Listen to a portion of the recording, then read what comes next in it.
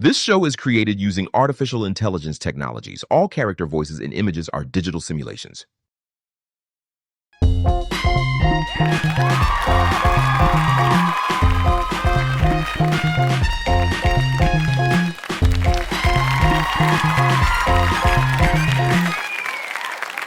Good evening, studio. I just read that coffee cures laziness and chocolate cures missed deadlines.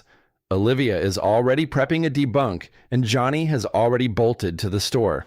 I'm Elliot Knapchuk, and today we're learning how not to get played.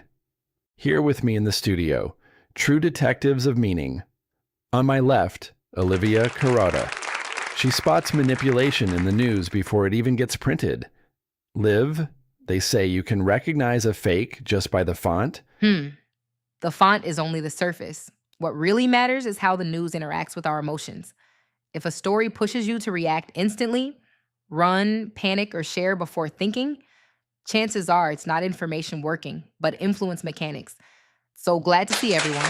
And on my right, Johnny Sugar, a man of practice. Johnny won't believe the sun has risen until he steps outside and checks for himself. Is your motto still trust but verify? Well, these days they say so much in the news, your ears practically wither. I've always trusted my own eyes, although lately even my eyes have started letting me down. Hey, hello, studio. That's exactly the point. Why do we sometimes want to believe a sweet fiction so much, even if it smells like a lie? Is it even worth spending the energy to check if a fake sounds, let's say, more interesting than the truth? I'd say that's a cognitive trap. If everyone lives inside their own interesting truth, we stop understanding each other. And society exists because of a shared language of meaning. Common language? My foot? It's all shards and divides. My neighbor was swearing yesterday she saw a UFO abductor cat. I told her, ma'am, maybe the cat climbed onto the roof. She got offended, but hey, life feels more exciting now. Who's getting hurt? Johnny, a sweet fiction isn't just storytelling, it's information noise. When we get used to believing trivial things, we lose our defenses when something important appears. Health, safety, real decisions.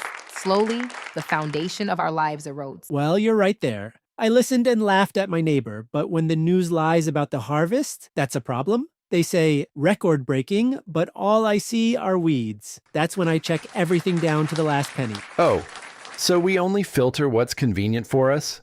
Olivia, how can we learn to keep this filter on all the time and not just when it comes to money or the harvest? I like a simple analogy.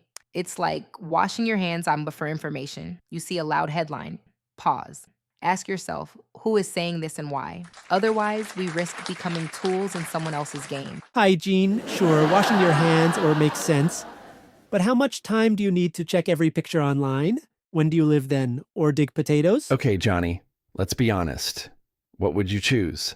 To watch a flashy story about treasures in Antarctica? Or to read a boring but truthful report on melting glaciers? Of course, treasures. I get that it might be a fairy tale, but it's interesting, light and fun. If a lie doesn't get in my way, let it be, just like my neighbor. I'd call this informational irresponsibility. When we say, I'm just curious, we sometimes open the door to manipulation. It's like drinking dirty water just because the bottle looks beautiful. Do you see, friends? It's an eternal battle. Hype versus truth. The desire to be entertained versus the necessity to think. Fakes just keep fueling this fire. But is it possible to build a bridge between being interesting and being truthful? At this point, we'll take a short break to let our experts catch their breath.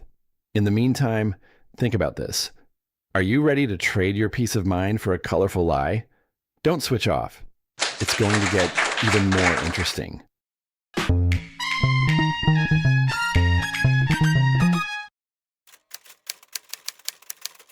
Today, the growth rate of information flow is simply staggering.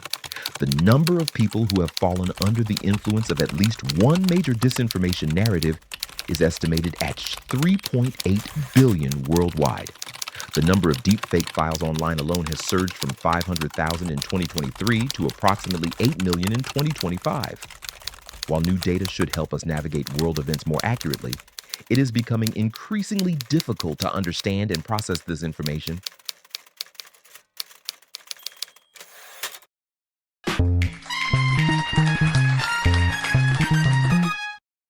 We're back.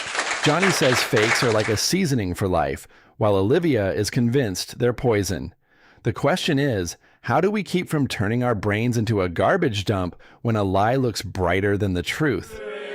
We all want to be happy. That's a fact. But can you truly be happy if you're living in an illusion?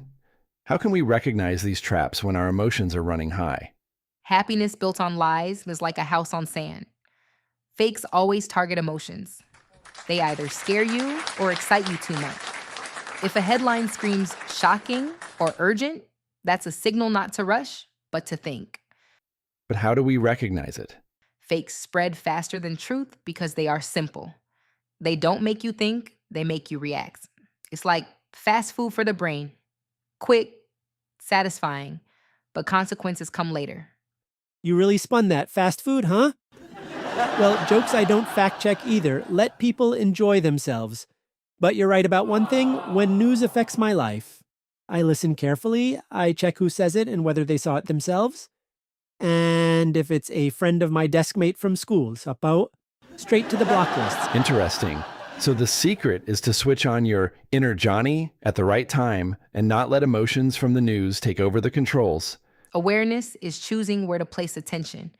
If information is harmless, let it pass. But if it steals your peace or pushes impulsive action, pause. That is the real skill of managing your life. So it turns out, we're looking at the same picture, just from different angles. You see it through analysis. I see it through experience. The main thing, not to let yourself be led by the nose. Because lies don't sleep either. They update their software every day. Today, we did something cool. We combined sober calculation with common sense. As it turns out, the path to happiness lies through consciously managing your own life. That is probably the best possible outcome. Thanks to the experts and thanks to the viewers.